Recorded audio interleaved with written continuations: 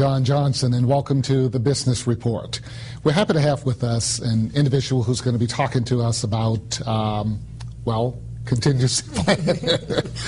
We have with us Bonnie Canal, who is the chapter president of the Association for Contingency Planners. Welcome to the show. Thank you, Mr. Johnson. I said we were going to be talking about contingency planning. That is something that is very, very relevant in New Orleans today, and probably will become even more relevant in the future.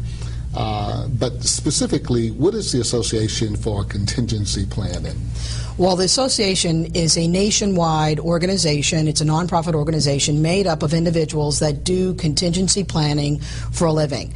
And essentially what they do is what disaster preparedness is in the emergency operations centers. Contingency planning is that for a business, for large businesses and small businesses. But that's what contingency plans are. What do we do today in a plan that can enable us to stay open during, after, or even before any kind of situation that would happen. Mm-hmm. Do businesses take that for granted or just not think about it? We're so busy. If you operate a business, you're so busy just really trying to satisfy your customers or trying to provide the service or the product that you're providing until you really just don't think about those disasters until one is threatening or one has happened.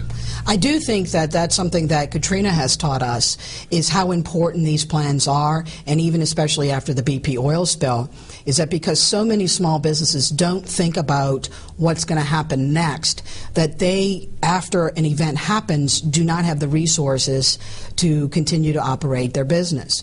The best example that I always like to use is my own personal example was during the evacuation of Katrina. Like everyone, I just decided that it was going to be a 3-day event. I took a couple of pair of pants, a couple of shirts. You thought it was going to be that long? Right. I thought I would be back Monday. Right. Sunday, I thought I would be back Monday. Correct. Well, I had a little event planned, and it was my mother's birthday, so I figured I'd stay for a few days in Dallas. And the biggest mistake I had was I had $35 in my pocket and thought I would be perfectly okay. Unfortunately, I banked at Hibernia, and so I did not have any cash for almost 2.5 months, simply because of the contingency plan that Hibernia did not have.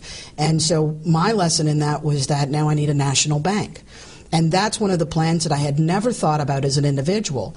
And so it's the same thing with a small business owner, is what are you going to do when you return home? So I was gone for 8 weeks. And these small businesses, if they didn't have cash on hand, if they didn't have product on hand, if they didn't have employees on hand, they were very, very shortly going out of business. Mm-hmm. And that was their major challenge.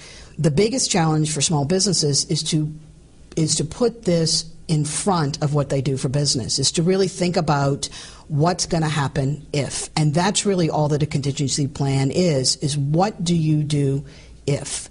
And if could be a storm, it could be a fire, it could be a death of an employee, it could be death of an owner.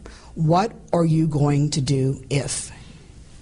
Now, you do professional management consulting. Correct. You work with businesses. There are a number of partners that you work with, including the Economic Development Department with the City of New Orleans or that office. What are some of the common mistakes or some of the common problems that small businesses encounter by not having a contingency plan in place when a disaster